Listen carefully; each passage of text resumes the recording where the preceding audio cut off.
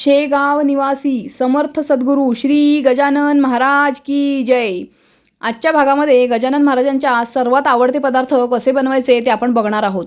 झुणका, भाकर, ठेचा हे गजानन महाराजांचे सगळ्यात आवडते पदार्थ होते, हे तुम्हाला सगळ्यांनाच माहिती आहेत। तर चला सुरुवात करूया आणि मस्तपैकी ही रेसिपी कशी करायची ते बघूया। जर तुम्हाला व्हिडिओ आवडला तर लाईक करा, शेअर करा, कमेंट करायला मात्र विसरू नका। चॅनल नवीन असाल तर सबस्क्राइब करा। इथे आपण एक कढई घेतलेली आहे। कढईमध्ये आपल्याला तेल टाकायचं आहे। 2 चमचे तेल टाकलेलं आहे। तेल छान गरम झाल्यानंतर आपल्याला 1 चमचा मोहरी घालायची आहे। त्यामध्ये 1 चमचा आपण जिरे घालणार आहोत। जिरे आणि मोहरी छान तडतडल्यानंतर आपल्याला मिरच्या घालायच्या आहेत। इथे कढीपत्त्याची 7-8 पानं मी घातलेली आहेत। कढीपत्ता छान स्वच्छ धुवून घातलाय। त्यानंतर आपल्याला 4 ते 5 मिरच्या मी इथे बारीक करून घेतल्या होत्या त्या घालायच्या आहेत। त्यामध्ये चवीनुसार आपण मीठ घालणार आहोत। 1 छोटा चमचा हळद घालायची। छान मसाला मिक्स करून घ्यायचा आहे। इथे नैवेद्यासाठी आपण बनवतोय म्हणून आपण कांदा आणि लसणाचा वापर करत नाहीये। त्यानंतर इथे 2 वाट्या पाणी आपण त्यामध्ये घालायचं आहे। पाण्याला छान उकळी येऊ द्यायची आहे। यामध्ये आपण थोडीशी कोथिंबीर घालायची आहे, त्यामुळे चव छान येते आणि रंग सुद्धा खूप छान दिसतो। आता व्यवस्थित आपण हे मिक्स करून घेतलं आहे। पाण्याला उकळी यायला लागली की आपण यामध्ये 1 मोठी वाटी चण्याचं पीठ म्हणजेच बेसन घालणार आहोत। बेसन अगदी छान आपल्याला याच्यामध्ये मिक्स करून घ्यायचं आहे। जेवढं वाटी आपण बेसन घेतले त्याच्या डबल आपण इथे पाण्याचा वापर केला आहे। म्हणजे 2 वाटी पाण्याला 1 वाटी बेसन घातलेलं आहे, त्यामुळे अतिशय छान असा झुणका तयार होतो। हे पुरेपूर प्रमाण आहे। आता हे बारीक गॅस केला आहे, त्यामध्ये सगळं आपण मिक्स करायचं आहे आणि बारीक गॅसवरती 5 ते 10 मिनिटं वाफ काढून घ्यायची आहे। तुम्ही बघू शकता किती सुंदर याचा रंग आलेला आहे। अतिशय सुंदर असा झुणका आपला तयार होणार आहे। थोडीशी कोथिंबीर पेरली आहे, बारीक गॅस केला आहे आणि एक छान वाफ काढून घेतली आहे। थोडासा रंग बदलला आहे म्हणजे आपला झुणका तयार होत आलेला आहे। एकदा आपण हलवून द्यायचं आहे छान आणि नंतर 5 मिनिटं आपण परत वाफ काढून घेणार आहोत। आता मी थोडीशी कोथिंबीर पेरली आहे, त्यानंतर झाकण ठेवलं आहे आणि 2 मिनिटातच आपलं झुणका आता तयार झालेला आहे। त्यानंतर आपण करायला घ्यायची मिरची। महाराजांना ठेचा फारच आवडायचा। इथे आपण मिरच्या घेतलेल्या आहेत। तर ह्या अगदी कमी तिखटाच्या ज्या आपण लोणच्यासाठी मिरच्या वापरतो त्या घ्यायच्या आहेत। त्यानंतर 2 चमचे शेंगदाणे, 1 चमचा धणे, 1 चमचा जिरे, 1 चमचा बडीशोप आणि 10 ते 12 मेथीचे दाणे घ्यायचे आहेत। बारीक गॅसवरती छान आपल्याला ह्याला भाजून घ्यायचं आहे। हा मिरचीसाठी आपण मसाला केला आहे। ठेच्यासाठी पण आपण ह्याच मसाल्याचा वापर करू शकतो। इथे आपण लसूण वापरत नाही आहोत नैवेद्यासाठी, म्हणून आपण अशा प्रकारे ठेचा करायचा आहे किंवा मिरच्या आपण अखंडसुद्धा ठेवू शकतो। ह्या आपण ज्या मिरच्या आहेत त्या स्वच्छ धुवून घेतलेल्या आहेत। त्यानंतर आपल्याला हव्या त्या आकाराच्या कट करून घ्यायच्या आहेत। कमी तिखटाच्या मिरच्या असतात, त्याची चवसुद्धा खूप सुंदर असते। आपण हा जो भाजून घेतलेला मसाला आहे आता हा थंड झालेला आहे, तो आपण मिक्सरच्या भांड्यामध्ये घालून वाटून घ्यायचा आहे। तर हा मसाला आपल्याला थोडासा जाडसरच वाटायचा आहे। तुम्ही बघू शकता इथे जाडसर असा कूट करून घेतलेला आहे। वा, खूप सुंदर असा हा मसाल्याचा वास इथे येतोय। चवसुद्धा खूप छान येते याच्यामुळे। हा मसाला एकदा नक्की करा। तुम्हाला आवडला की नाही मला कमेंट करून नक्की सांगा। आता आपण एका पॅनमध्ये तेल गरम करून घेतलेलं आहे। 1 मोठा चमचा तेल गरम करायचं आहे, त्यामध्ये ह्या मिरच्या घालायच्या आहेत। त्यानंतर आपण चवीनुसार यामध्ये मीठ घालायचं आहे। तर इथे साधारण पाव चमचा मीठ घातले। थोडंसं आपण हलवून द्यायचं आहे आणि मिरच्या आपण झाकून ठेवायच्या आहेत, नाही त्या मिरच्या आपल्या अंगावरती उडू शकतात। आता हे मिक्स झाल्यानंतर मीठ टाकल्यामुळे त्या उडत नाहीत। आपण आता पटकन याच्यावरती झाकण ठेवायचं आहे आणि एक छान वाफ काढायची आहे।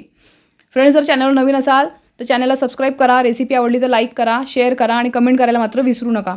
आता तुम्ही बघू शकता इथे मिरच्यांचा रंग बदलला आहे, त्या छान शिजलेल्या सुद्धा आहेत।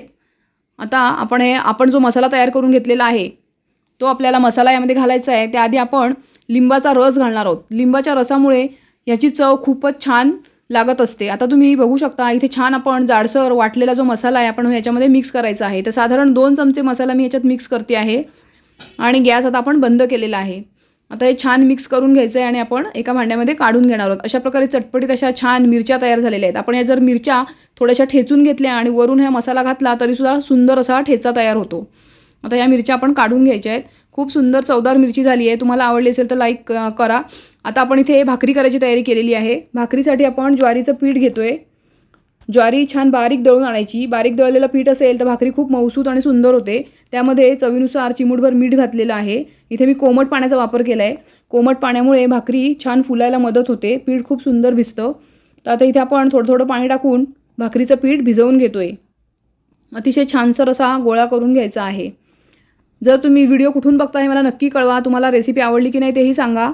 आता आपण हळूहळू थोडं थोडं पाणी टाकून भाकरीचा गोळा छान मळून घ्यायचा आहे। महाराजांचा प्रकट दिन सोहळा आपण नेहमीच साजरा करत असतो। मंदिरामध्ये मी पण नेहमी जात असते। तर महाराजांच्या प्रसादासाठी आपण नेहमीच झुणका, भाकर, ठेचा हे बघत असतो। तो पदार्थ कसा बनवायचा ते आजच्या भागात मी दाखवलं आहे। आता इथे आपण भाकरी करतोय आपल्याला इथे तांदळाच्या भाकरी देखील करता येतात. बऱ्याचदा उकडीच्या तांदळाच्या भाकरीसुद्धा केल्या जातात. इथे आपण ज्वारीची भाकरी केलेली आहे.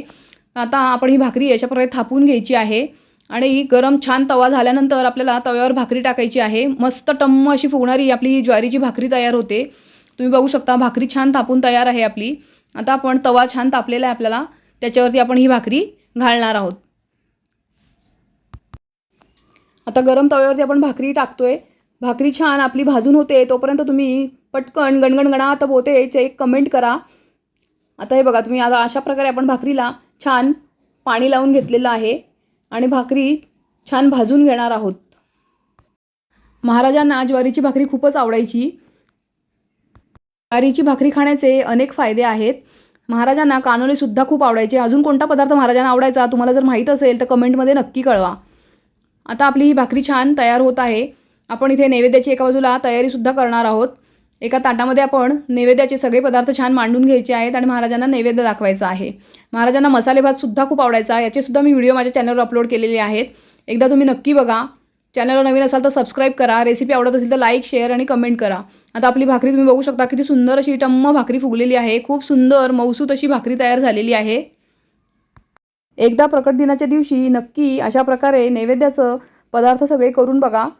आता आपण इथे प्लेट घेतलेली आहे. महाराजांना नैवेद्य दाखवण्यासाठी आपण मस्तपैकी एका प्लेटमध्ये भाकरी काढलेली आहे, झुणका काढलेला आहे. त्यावरती आपण घालायची कोथिंबीर, त्यानंतर इथे मिरचीचा ठेचा आणि एखादा गोड पदार्थ. असं छानपैकी नैवेद्य आपण महाराजांना दाखवायचा आहे. गणगणगणात बोते.